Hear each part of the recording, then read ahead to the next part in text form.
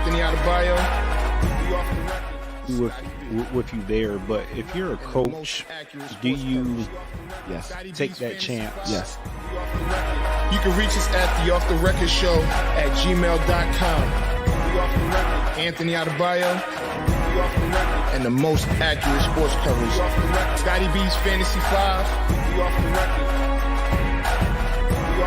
We're different from any other sport. His sophomore year. Comes back and says, you know what? And your boy, Scotty B.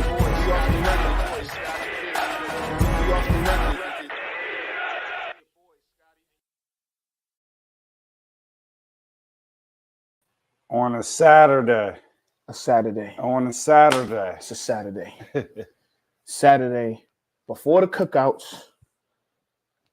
After the last Friday of the month, we are here.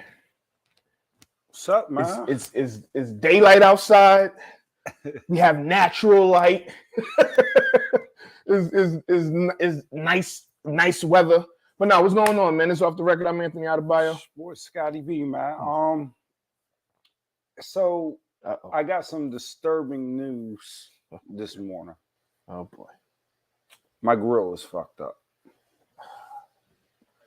Hey, man, you a homeowner. You gotta go to Lowe's. I know. and you gotta go to Lowe's. So I'm in a tough dilemma, right? Mm-hmm. So I got my birthday. I got Father's Day covered up. You gonna take that chance? Do you take that chance and say that's what you want this year? Oh my God. Or do you go out and you get you just bite the bullet? Because I was thinking, I was like, okay, so I have nothing going on today, right? You know, the only thing I probably would do is watch the game, maybe tune into the fight, you know, just depending on how that goes. Is a fight tonight? It's a fight. UFC? I think Crawford and or is that next week? Crawford, they fight in what you call it? I thought that. Nah, that's July. Oh, well, I'm tripping now. So I won't be watching the fight. But I was thinking, I was like, well, you know, today's a good sports day. You know, Game 6. Right. You know, throw something on the grill. Chill at home. Right. Not happening. Not happening at all. Damn. I mean, here's the thing. It can happen. You just won't allow it to happen, you know? So you can easily just go to Lowe's, Home Depot, Walmart, you know, and just go get a grill. I think that's what I'm going to have to do. Because I was just thinking, right? Mm-hmm. That's a month. Without a grill, and it's getting hot to where you like, I need to be out here grilling, man. I need to be out here doing something, man. So, and before anybody asks, yes, it's nice outside, but it is like a igloo in here. So that's why I'm already it might be spring outside, you know, but it's late fall. So look, it's pretty apparent that the AC works. Absolutely. In this household. Absolutely. Right? So I need to, I do need to cut. No. It's cool. Literally. But nah. So like you said, Game 6 is tonight, right? And I personally feel like the Heat need to close them out, and I feel like the Heat will close them out tonight. I just can't see them losing 3 games in a row to the same team that they've pretty much controlled, you know, throughout the series. Go ahead. I'm starting to think that history may be made with the series. You think that they're going to close them out? Absolutely. I think momentum has shifted. This series has been really. It's shaping out to be a good series. But really, has this been a tale of who shoots better? And I know, as stupid as that sounds, Boston in the first 3 games, they just were off. They couldn't get their 3-pointers going. And Miami was just smoking hot. And the last couple of games, you know, looks like Tatum, Brown, those guys they've gotten it going, and they've been able to outshoot Miami. So who you got winning tonight, man? I got Boston winning it, going to Game 7, and I believe the NBA wants a Game 7. The NBA needs a Game 7 because of what happened out west. So let's talk about what happened out west. We got plenty of time to talk about the Heat and Boston. Mm-hmm. What are your thoughts, man? Well, I mean, Denver clearly showed that they were the better team. They showed that they were a much deeper team than the Lakers. I mean, they had a different role player step up in all 4 games that they played. So game 1, KCP was on fire, as was Jamal Murray. I mean, the Joker is the Joker. He's gonna do what he does. Then Michael Porter Jr. Was consistent throughout. I can't even say the whole series because it was just 4 games, but he was consistent. The game 4, they had what's his name? Aaron Gordon. So, I mean, they just pretty much showed that they were just a better team than the Lakers. It was what it was. So let's stop there for a second because there's a lot that we have to get into, right? So Joker has been the MVP. That Denver team, as you just outlined, is really, really good. Have we lowered our expectations for the Joker? Because I think a lot of times we've discredited Denver, and maybe because they don't play in a big market, but it's really, nobody really talks about all the weapons that the Joker has. Because Michael Porter Jr. has been improving each season. Right. Jamal Murray, I wouldn't say he's a top 5 guard, but he's a baller. He's a baller. Yeah. You know what I mean? He may not be an all-star, but he's above average. I don't even think that. I mean, I think just injuries kind of screwed him up a little bit. You know, I don't think that. I think that what we saw because Jamal Murray in the bubble was what year was that? Was that year 1 or year 2? So I believe he was on that. He was on probably one of the worst Kentucky teams. Because he was on that Kentucky the 15 team. The 15 team. Yeah, that was a team where ultimately it was like, hey. Yeah, the one and done. I was like, they were pretty much was like, you can stay if you want, but the class is coming in is gonna play, and you're probably not gonna play. You know, so I think what's was on that team too. Booker was on that team, wasn't he? I think Booker and Jamal Murray was on that team. Oh, crazy. But so here's the thing, but it, I mean, they didn't have no bigs like that, so. Yeah. But nonetheless, I think Jamal Murray, he's probably going to be an all-star next year. He's a baller. Absolutely. Like you said, when he's not hurt, he's definitely a baller. And then you look at Aaron Gordon, and the story of Aaron Gordon's career pretty much, he's had the lost years in Orlando. I think most people have. So I want to say pause before I say this. Oh, boy. He's always been a tweener. I don't know if you can pause that. Huh? I don't think you have to pause that one. Yeah. A tweener? Let's just keep it pushing. Yeah. but he's never really, you couldn't figure out if he was a 4. You couldn't really figure out if he was a 3. Right.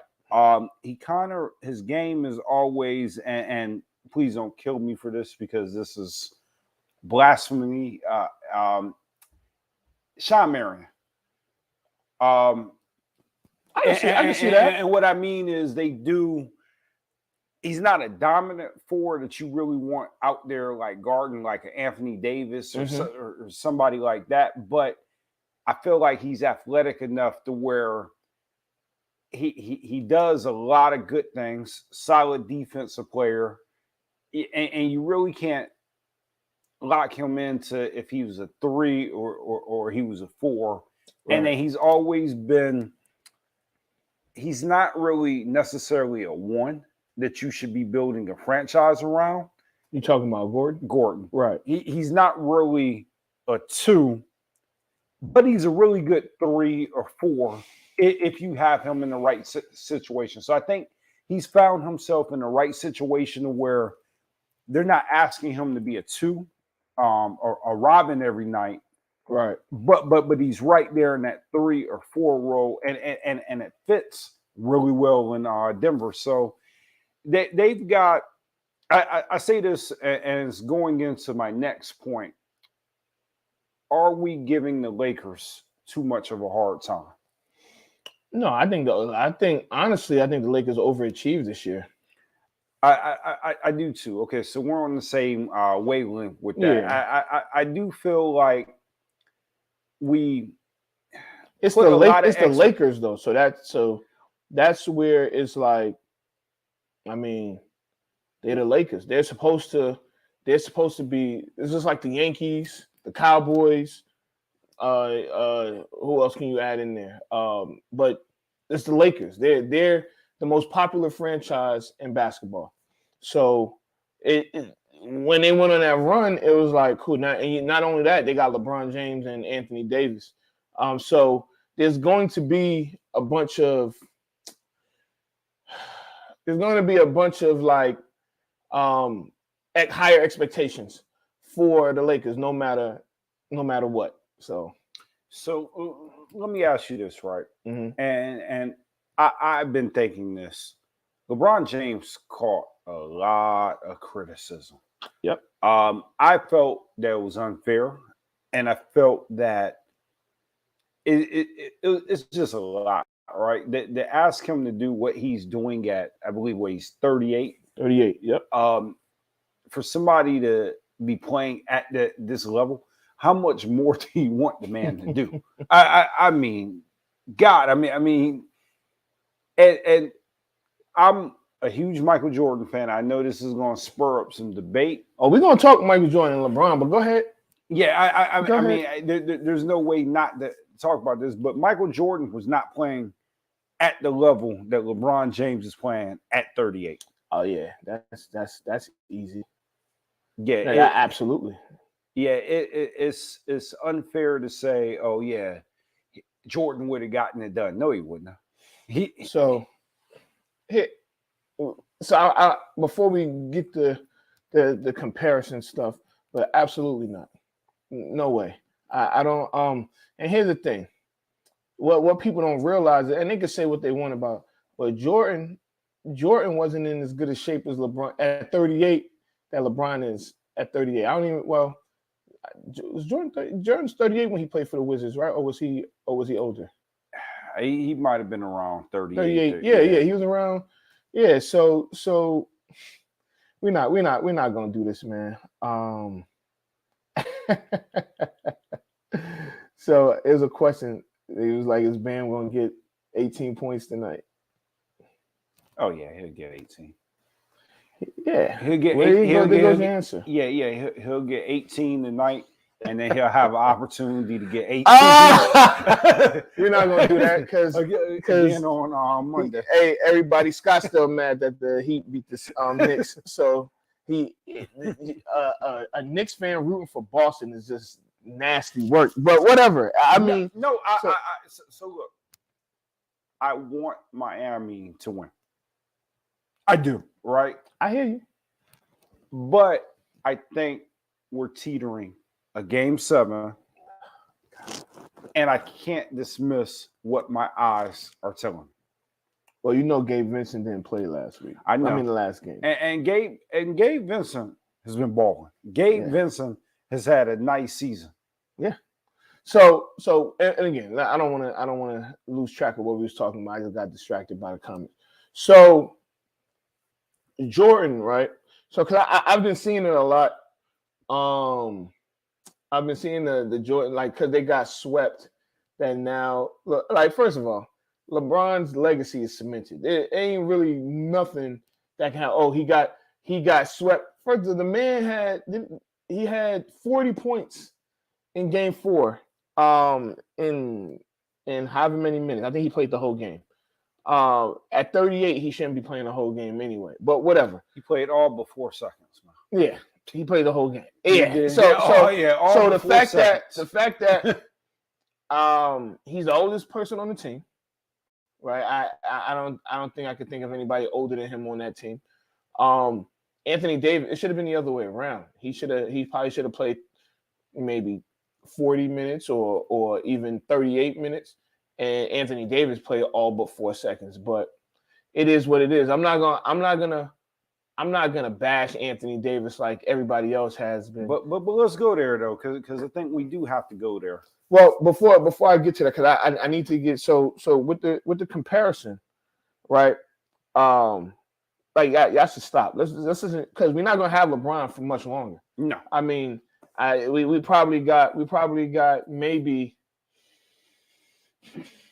3 years, if that, and them years are gonna fly by. But in regards to Jordan, you got to stop the Jordan Wooden, because I don't think. I mean, we've seen it with our own eyes. Jordan couldn't do what LeBron did early in his career. Jordan didn't drag a team to the finals and beat a dominant Pistons team. You know, man, now if you think about it, Jordan kept losing to the Pistons. He never even beat Bird in a game. Like, not a series, a game. He didn't have a winning record. His teams did not have a winning record until Scottie Pippen's rookie year. So that's what, 3-4 years in the league, and you don't have not a winning record. I mean, that's like, if we're gonna I'm not gonna say take away the championship years, because they're there. They're there. But the other thing is, when it was like nobody ate when Jordan got into the league, it's a lie. It's a lie. We know who ate. Isaiah and the Pistons ate. You know. But then the goalpost shifts to, well, when he started winning championships. That's foolish. So ultimately, and to go back to the argument and fairness, his class that came in didn't eat. So like the Patrick Ewings, the Charles Barkleys, Karl Malone, John Stockton, that group of individuals didn't eat. But like to your point, the stars that were there prior to him being there, the Isaiahs, the Magics, the Larry Birds. Was Olajuwon in Jordan's class? Yes. He ate. He ate. Well, so the counter to that is, and it's always a great debate. The two that he won were while he was playing baseball. Oh, Jordan was in the league when Olajuwon won the second one. He came back during he came back during right before the playoffs. I mean, he was there, but he really wasn't there. Now, I do think, and a lot of people think that I'm crazy. I don't believe that Jordan would have 8 championships, right, even if he didn't take the break. Right. But there's people out there that would say that he would have won those 2 championships with, and they're crazy. And personally, if you go back and you look at it, those Bulls teams were losing to Olajuwon and them Houston Rocket teams. They had no answer for Olajuwon, and then if you look at it, right, those, it's not like they was just beating the brakes off the Knicks. Like, eventually the Knicks were gonna win a series. You know what I'm saying? Now when the Knicks won that year, they went to the finals. It was, you know, most people say it was a blown call, but at the end of the day, eventually those guys are gonna get over the hump, even whether Jordan's there or not. That team wasn't that much different.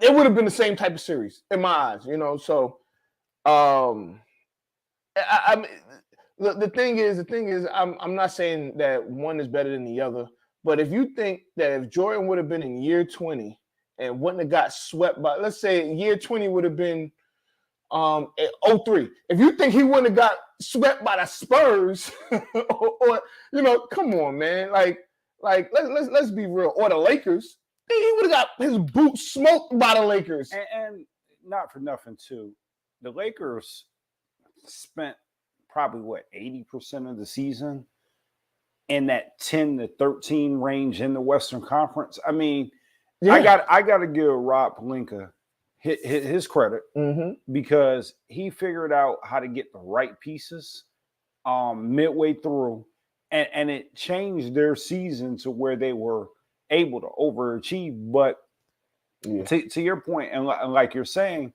is at the end of the day, we got to look at Denver's team, right? Denver had the number 1 overall seed for a reason. They were a really good basketball team that was undercovered.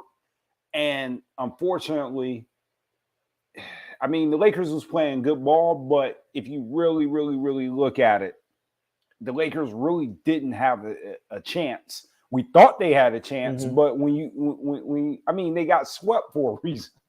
Yeah, and it wasn't all because it would have been different if LeBron didn't put up 40 points, right? Right.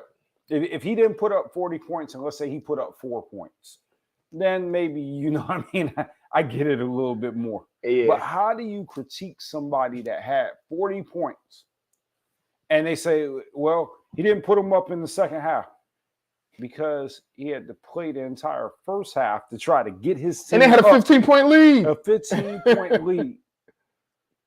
And then, okay, so we got to talk about this too. All right. Kwame Brown, Shannon Sharp. You know, because Kwame Brown made some points, right? You know, in case you guys didn't know, Kwame Brown basically was very critical of LeBron James's Game 4 performance. And pretty much what he was saying is the greats would have figured out how to get it done, that you can't be a great player and not be able to get a shot off, you know what I mean? And that he basically froze up in the final minutes. So it brought into question, who the fuck is Kwame Brown to critique anybody, right? You know what I mean? I get it, right? Kwame's a very funny guy. I'm glad that he has found his voice over the last couple of years because, you know, most of us didn't know who he was. And, you know, I wish he would have been, didn't care. And I wish we would have been able to see this Kwame Brown or this version of him. But Shannon Sharp was absolutely right in the sense that who the hell is Kwame Brown to critique LeBron James about being great? I agree 100% with Shannon there. Now, was Kwame's response a little bit funnier? Yeah. Did he have some nice, clever insults toward Shannon? Yeah. But the fact remains that I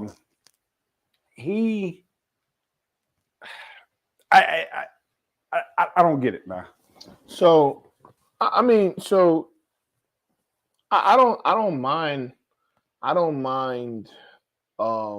Even though people want to feel how Kwame that he is what he is. He was a bust.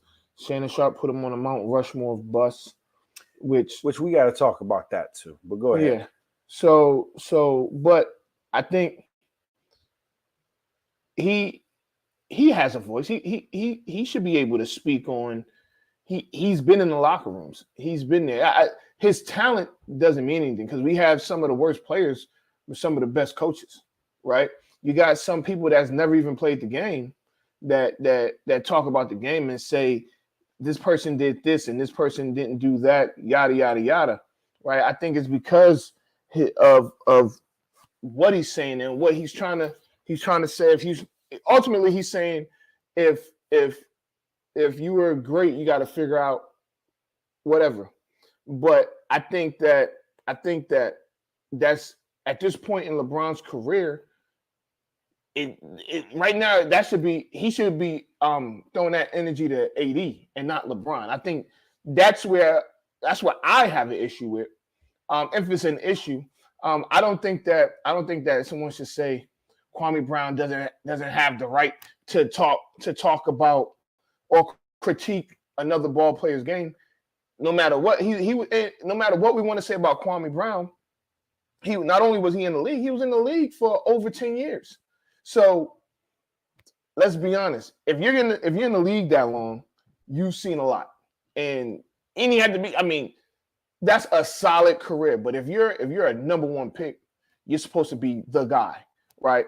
But I don't mind him having a critique. I think that his critique was channeled to the wrong person. I think he should have channeled that to AD, because it's game 4. You're on the brink of elimination, and yes, AD had 21 and 14, but at one point in the second half, he only had like, I think it was like 4 points or I think he had 4 points at the half or something like that. So I think that it shouldn't have been a critique of LeBron, because LeBron put them in position to win. It should have been more of a critique of AD and him needing to be that guy. Now Kwame Brown, like you said, he found his voice, but sometimes it's just like, yo, dog, you can just shut up. It ain't, This is one for me. This was one of those times to where everybody has an opinion, right? So I have an opinion, you have an opinion, and we didn't play in the league. But and that doesn't make our opinion less valuable than Kwame's opinion or anybody else that played in the league. Right. So I agree with you there. I thought that it was a bit hypocritical. And I thought that that's one fair. person who should probably understand is him. Well, right now you have a situation of someone that was bullied for all these years, like you said, finding their voice, and ultimately is on, I guess you could say, a revenge tour, right? And I guess revenge tour may not be the right word, but he's trying to get his get back at any and everyone, right? So he's gone at Shannon Sharpe, he's gone at Gilbert Arenas, he's gone at a number of other guys that have retired. I think he's gone at he's going to everybody, like you said, Matt Barnes and Steven Jackson. So I mean, the thing is this: he's gonna say what he got to say. He's trying to make a name for himself. He got bills to pay too. So what's gonna get you more clicks? Talking about LeBron or talking about AD? And that's what I think it was, is that he threw that out there because he is trying to do whatever he needs to do. And I mean, that's fine. But when you do that, you have to be prepared for the backlash or whatever happens. Now, with that being said, he is funny. He is funny, and he has a few moments. But let's talk about this, right? So we go Mount Rushmore of Bus. Okay. So I was thinking about this.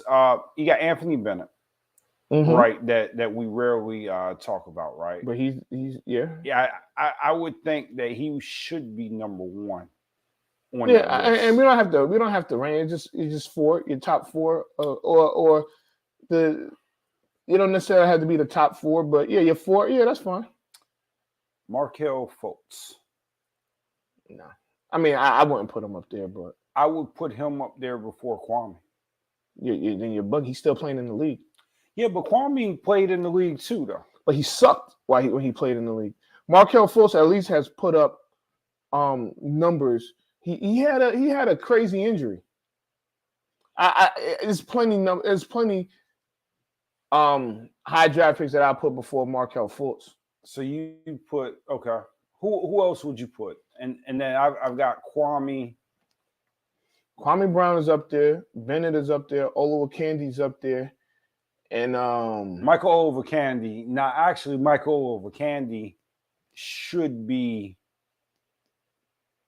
Do you think he had a better career than Kwame? I mean, he had some solid years in Minnesota.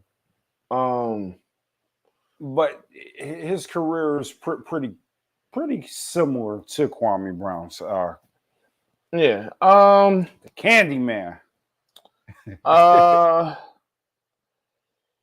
Who else can we put up there? I definitely wouldn't put Markelle Fultz up there.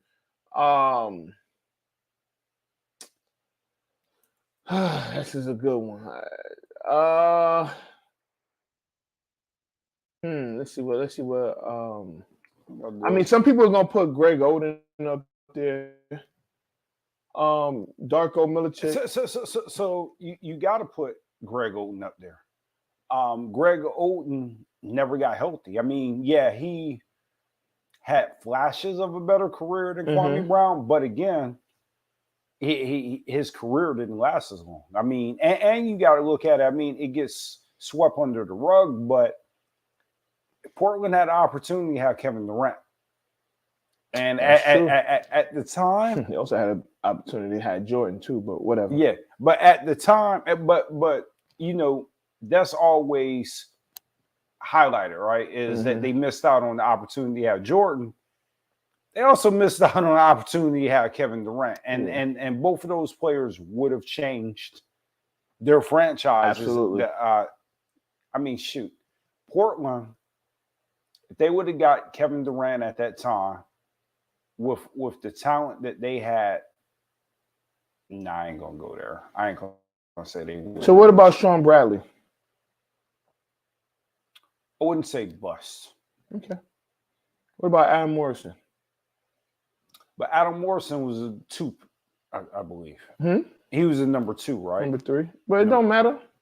I mean, because you look at where you drafted, it doesn't necessarily have to be a number 1 pick. Okay, to be a bust. That's what I was thinking. If we go just number 1s, it's a conversation. But if you go 1 through 5, Kwame Brown is definitely not on that list. Or you go 1 through 3. What? Man, you bugging. Hey, okay, I mean, so what did Kwame Brown average?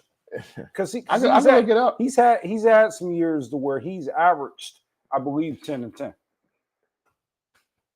We'll see. I tell you in a second. I believe probably in his 3rd or 4th season, he averaged 10 and 10. All right, so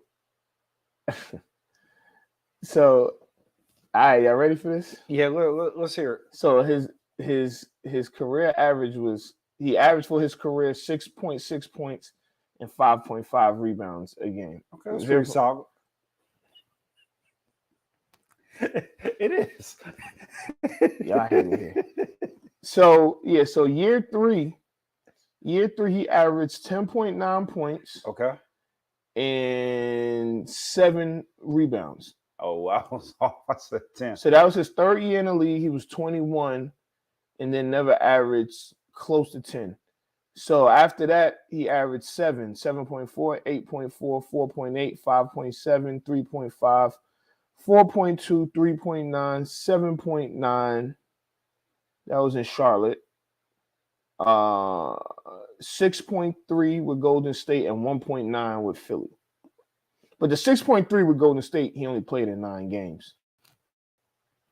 So that's, I mean, yeah, that for a number 1 pick, you only have 1 double-digit score. Yeah, you're a bust. I don't care what you can try and I don't know what you're trying to do. You're trying to defend him and say that he wasn't a bust. He was a bust. How many? He played 12 seasons. Nah, he played 4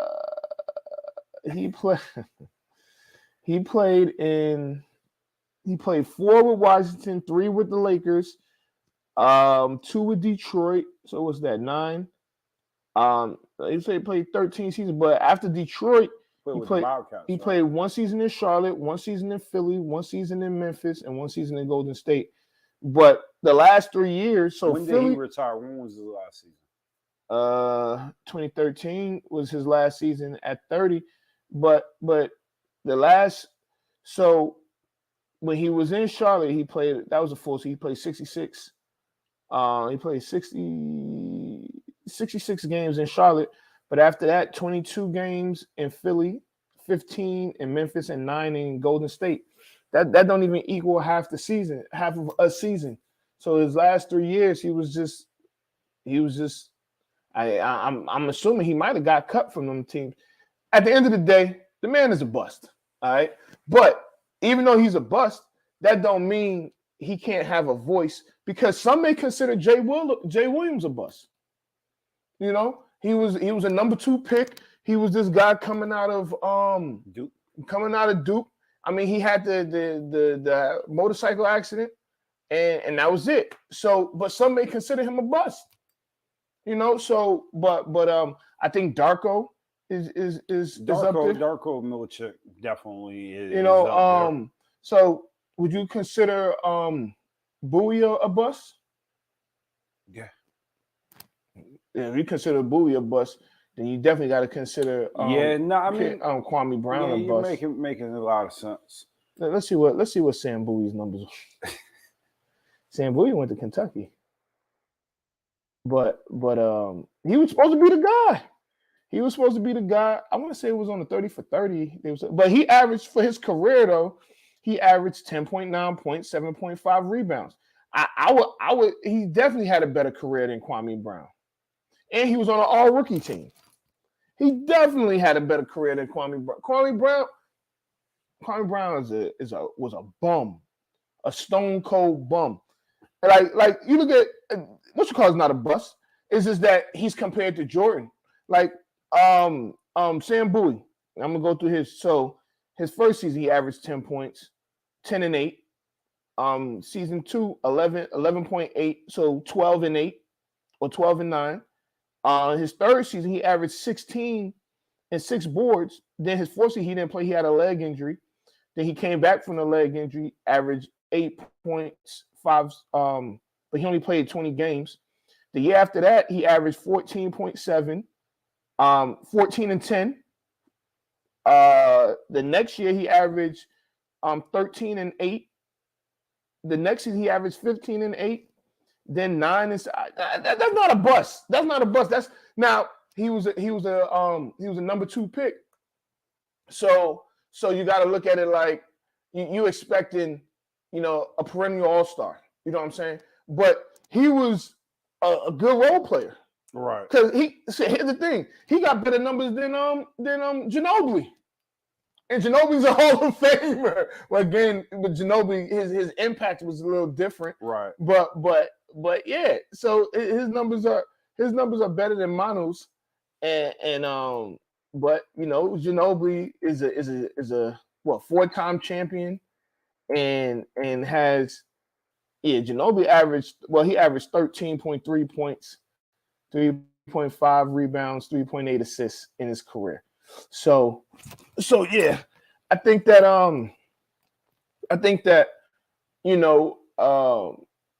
when we have a Mount Rushmore of busts, Kwame Brown definitely is on there. Okay. So I do got a couple questions. Okay. Not to just shift sports, but DeAndre Hopkins was released. Let's do it. DeAndre Hopkins was released by the Cardinals. Where do you think he lands? or if you're DeAndre Hopkins, where do you want to go? So there's a number of places that I could see him going. One place that I know he's not going to be at, even if he act like he did want to go at one point, is Dallas. He won't be in Dallas. Why won't he be in Dallas? Well, one, he tried to play my guy Dak. When they asked what quarterbacks, and then somebody said Dak, and he, that was a little. He threw some shade there, and personally, what did he exactly say? He's like, nah, but he kind of said it like under his breath, like, and I was just like, wow, okay. But hold on, we got some breaking news. Adrian Griffin is going to be the next coach of the Milwaukee Bucks. Okay. He finally got a shot. Yeah. So, I think we had discussed he was like the bridesmaid. Yeah. so I think that the two places that to me just jump out when you say that DeAndre Hopkins is available is Baltimore and Buffalo, right? And they just jump out to me. But if this was a month or two ago, I would say Baltimore, right? Because they signed Odell Beckham. They still have Bateman. They still have Duvernay. Of course, they have Mark Andrews. and they signed and they drafted the kid out of Boston College. So it's you know, and they have Nelson Aguilar. Right now, you may say, well, DeAndre Hopkins is probably better than all of those guys, but which may be true. But the thing is, I mean, you already built the room already. You built your receiver room. There's really no space for him. And then in Buffalo, I mean, you have Stephon Diggs and DeAndre Hopkins. I like your odds. I like your chances. And I want to tell you what I like about that is he doesn't have to go somewhere and be the number one. Right. You know, Diggs can be the number one, and he's the number two option. And you got Gabe Davis and Josh Allen getting them the ball. So that's a good option. I look at Kansas City. Yeah. But the problem with Kansas City is they can't pay him.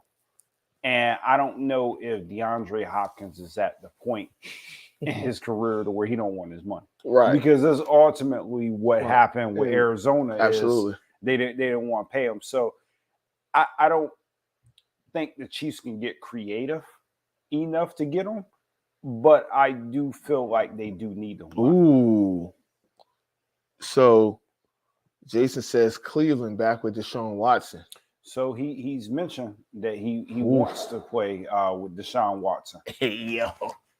Hey, well, we back in Cleveland, baby. Let's go. So they still not beating the Bengals though, but whatever. So he has talked that he wouldn't mind playing with Deshaun, but it's back to the crowded locker room thing, right? Crowded receiver locker room, which they will make room. Oh, absolutely for him. Absolutely. And what they're starting to think, and some of the reports I was looking at is Deshaun Watson didn't look good when he got back. I mean, if you're going to give Jordan a pass, you got to give Deshaun Watson a pass. Well, we have to give him a pass. But I'm just saying he didn't look good. So you start to think if you're Cleveland's front office is, okay, we can attribute that to he hadn't played football. Right. We're going to bet that, this season he's going to be with the team. He's going to go back, but we've invested all this money in him, and we're all in.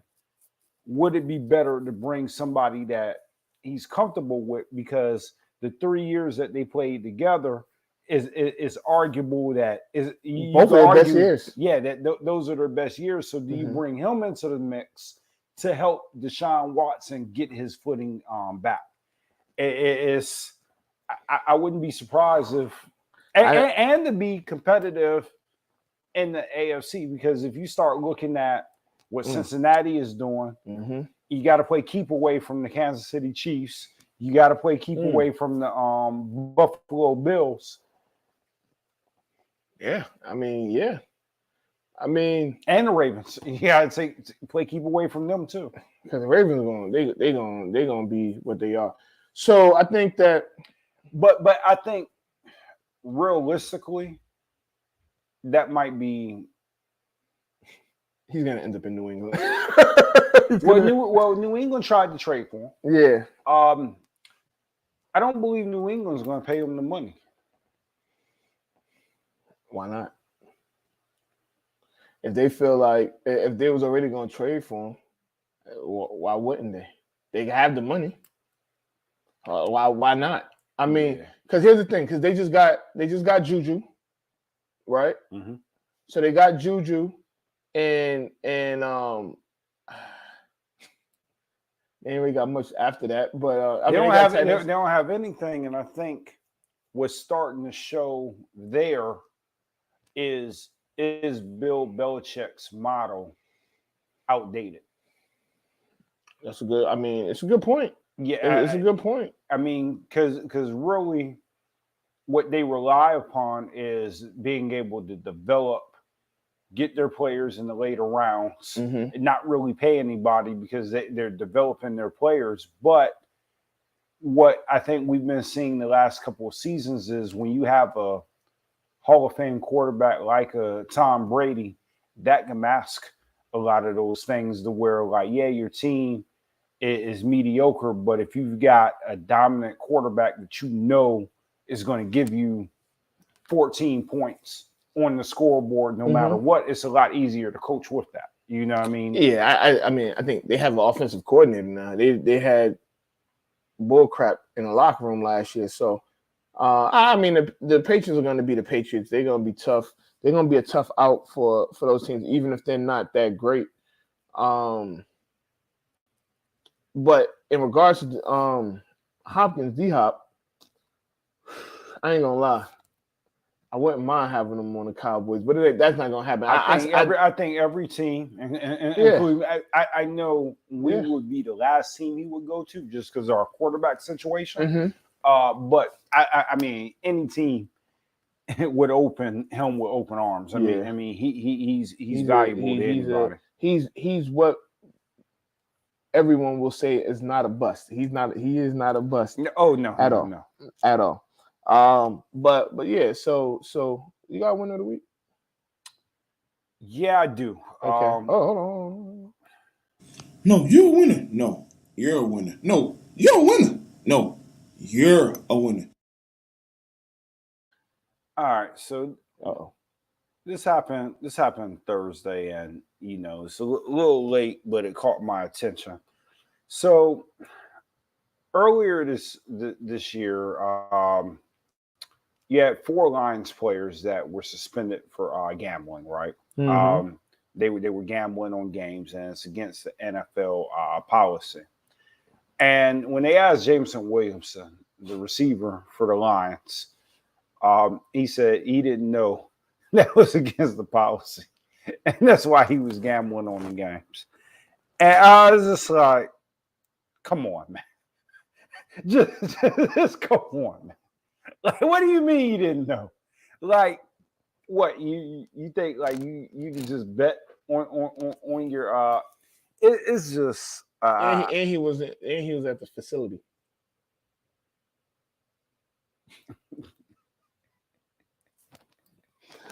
All right, so I'm gonna say this: I ain't been in the NFL locker room, right? I haven't been in the NFL locker room, at least not while not like post pandemic, and not around when with everything with gambling, how it's blown up the last couple years. But I'm almost certain. Well, I know for a fact that all the players they have like symposiums and they're told about the gambling rules and things of that nature. I know that for a fact because that goes down all the way to college. So you have that he has been informed. 2, I'm almost certain that they probably have some sort of gambling flyer saying you can't do this, you can't do that. The fact that he said he didn't know, first of all, ignorance isn't an excuse. No, all right. So that's not an excuse. Not an excuse. If you got to think about it, you should ask a question, right? And honestly, it's common sense, right? Like you can go all the way back to Pete Rose, right? And probably before Pete Rose. Like you can't bet on your sport, right? And I don't understand how he said he didn't know, because if you watch any sort of TV, I'm sure the Lions coaches have been saying you can't gamble, you can't bet, especially not at the facility. That was the main thing. You can't gamble at the facility. So this did send me down a rabbit hole. So there's a guy trying to find his first name. His last name is like Ivan Toney, right? Okay. So he's a soccer player. Used to play in the Premier League for Brentford. All right. He was caught. He admitted the 232 times that he bet.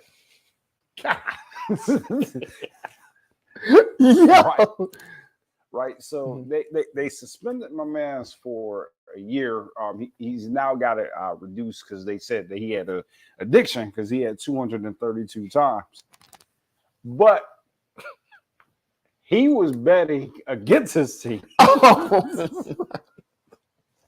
Not all the times, But they found like 15 instances to where he was betting against his. Hey, yo. Your integrity is out the window. Right. The only reason they didn't get him for like fixing sports or anything like that was when he was betting against him, he was hurt. He was on the bench. How much was he betting? Large sums. They didn't really go into detail, but yo, they had him. He was doing parlays and putting in games where he was going to score. Like they said, they found 9 instances where that Joker had bet against his team, but said that he was going to score on the parlay or whatnot. Yo, yeah.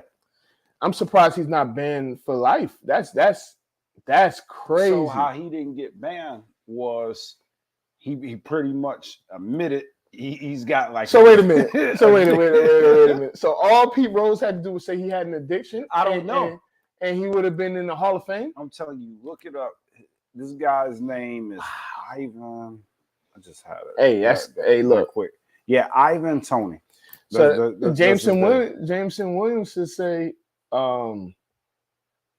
He got an addiction. Then he may get instead of 6 games, he may get 3 games. Yeah. So his bets, it took place from 2017 to 2021. And I apologize. It was 13 bets where he bet against his 13 times he bet against his team. That's crazy. To bet against your own team. So I'm assuming he's not with that organization anymore. No, and then he let me see. Yeah, they found 15 instances to where he had parlays to where he had himself scoring. Did them parlays hit? That's look, for real. That's the more interesting question that those parlays hit because look, he hit himself to score and he won. Oh yeah, man. Oh my gosh. Hey man. Yeah, but look though, he only got 9 months. So and he can come back with the team. So he is still with the team. Ain't no way. He would have been cut immediately. Immediately. So all right, well, offseason is OTAs are going on right now. What do you think about your team? Oh, let's talk about Trey Lance. You know, they say he's working out with Patrick Mahomes, and he's supposed to be, you know, now John Lynch ain't look too confident when he was asked about Trey Lance. And if I had it pulled, I should have had it prepared. I wasn't even thinking about it, but he started scratching his head. You know how that go. He started scratching his head. He started saying, "Yo." He started be like, "Yo, he's working out. He looks good." It's at that point, I don't know what to make of that. So what I've been hearing is it's going to be a competition. Brock Purdy is the guy, but Trey Lance isn't going to just allow him to be the guy. I like competition. But the reality is we probably go in with Brock as our starter. As you should. He's proven that he should be the starter. What about Sam Darnold? He's there. I mean, he compete. But and I like Trey, right? Mm-hmm. But the problem if he goes in as the starter, he'll always be looking over his shoulder because you're going to have 49er fans that are going to be like, every time he messes up, put in Brock. Mm-hmm. And he's just, unfortunately, it's one of those situations where you've lost your position and you may be better, but the reality is you're not available. And Brock Purdy was able to take advantage of that, and he's got to ride that momentum. Now, if he starts to struggle and you feel that Trey gives us the best opportunity to win, mm-hmm. by all means, throw him in. But yeah, right now I'm with John Lynch. Brock Purdy's my guy. Okay. All right. But I do want to talk about something, right? Okay. I want to talk about Russell Wilson and Denver. New sheriff in town, Sean Payton. Mm-hmm. I just had another thought too. But do you think that Russell Wilson is playing for his career at this point? Playing for his career. Like his job, his starting. I don't think he's playing for his job. They owe him a lot of money, so I mean, I think he's good either way. But I think it's more of, I put the air quotes, legacy, right? Because if he stinks it up again like he did last year, no one's going to care about those Super Bowls anymore, and the whole narrative on him is going to change. So he needs to. I mean, he doesn't need to be like like an all pro, but he should be at least be able to be a Pro Bowler. You see what I'm saying? So I don't think he's playing for his career because they pretty much Denver stuck with him, but I do feel like he's playing more for his legacy than anything else. I think if he has a bad year this year, Denver retire. will try to Denver will try to draft his replacement. Oh, absolutely. I think that Sean Payton, who is off of a Parcells tree, is Sean Payton has always played the best player. Same as Bill Parcells, right? The messaging with those guys is that we're going to go off of what our eyes tell us. It's not going to be about and you see something somewhere in Bill Belichick. Right. You know what I mean? Like they don't care. They play the best man. And I do worry that he's not going to be able to adapt. Because one thing about Sean Payton too is he's got that Parcells. I wouldn't say strong personality, but he's a bit old school, right? He absolutely. During his press conference, he started talking about not having any personal trainers, not having any mentors outside the coaching staff. They couldn't be in a building. You can have them. They just you can have like right. They couldn't be like they have to be a team, whatever. But you can have your own personal outside of the building. They just couldn't be in like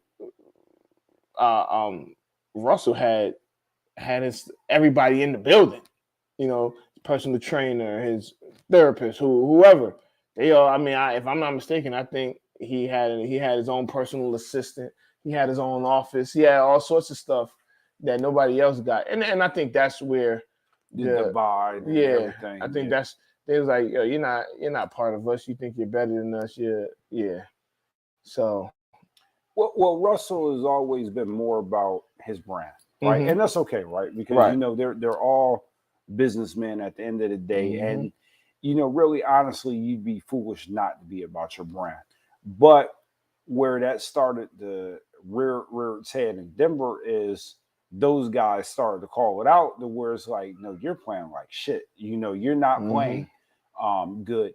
So I think what he's going to have to do, similar to what Aaron Rodgers is having to do with the Jets, is, okay, you're this huge name, but you're going to have to take a step back and grind because you're in a different place. Right. Is he grinding now? Possibly. But I think if he doesn't show up and he has another season like he had, those guys are not going to want to play with him. Absolutely. And I believe that Sean Payton is not going to care that is Russell Wilson, and he's going to put whoever he can to win. Like he's going to go with the best option. No, I agree with everything because it's true, and I don't think it's going to happen. I don't think Denver's going to have a top 5 pick. But if they start stinking it up, it's gonna be isn't Russ hurt? Isn't Russ hurt? And we just gonna play for Caleb Williams. But I don't think they're gonna be that bad though. I don't. So, all right, man. I think we've done enough for this nice, wonderful Saturday. Everybody, what you think? So you know, if you grilling, be safe. If you going out, be safe. You know, it's a crazy world out there. So make sure you take care of yourself. As far as the Royals, I know we don't play again until June 10th, which is a couple weeks from now. Okay. And we need to break. This playoffs. We need to break, and so we're trying to go on this playoff run. But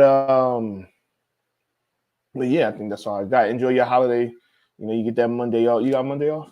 Yes, I do. See, even Sky has Monday off. So now you know. Oh yeah. You know, if I got the day off, you better enjoy it. I am going to enjoy that. Like Monday, I think the only thing I might do on Monday is shower. Oh yeah, I think I'm going to chill. I'm gonna put my feet up, and I might grill. You know, that's what I'm gonna do on Monday. I'm gonna grill on Monday. Yeah, my bad, yo. My bad. I know. Come through. You can come through, man. come through, man. You know, we might record on Monday. Get another. No, but nah, man. Are we having a Memorial Day battle?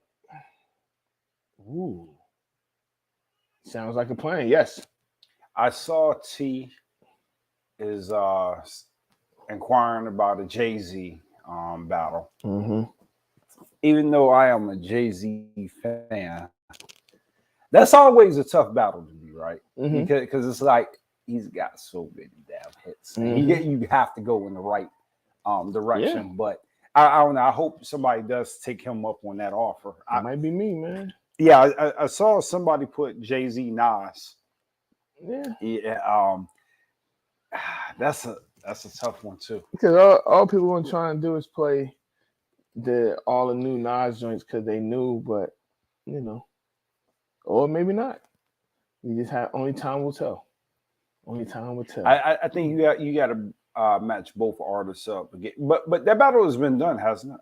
I'm sure. Yeah, I believe so. I believe Derek and yourself did it, right? Or I don't even remember. I done did so many damn battles, but I remember doing the. I know I've seen Nas a couple of times because T and somebody else has done Nas too. So yeah, so we'll see.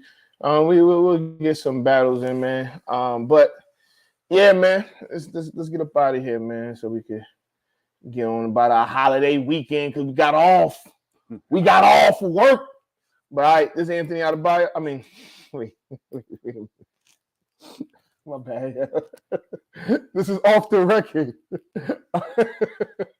I'm Anthony Adebayo.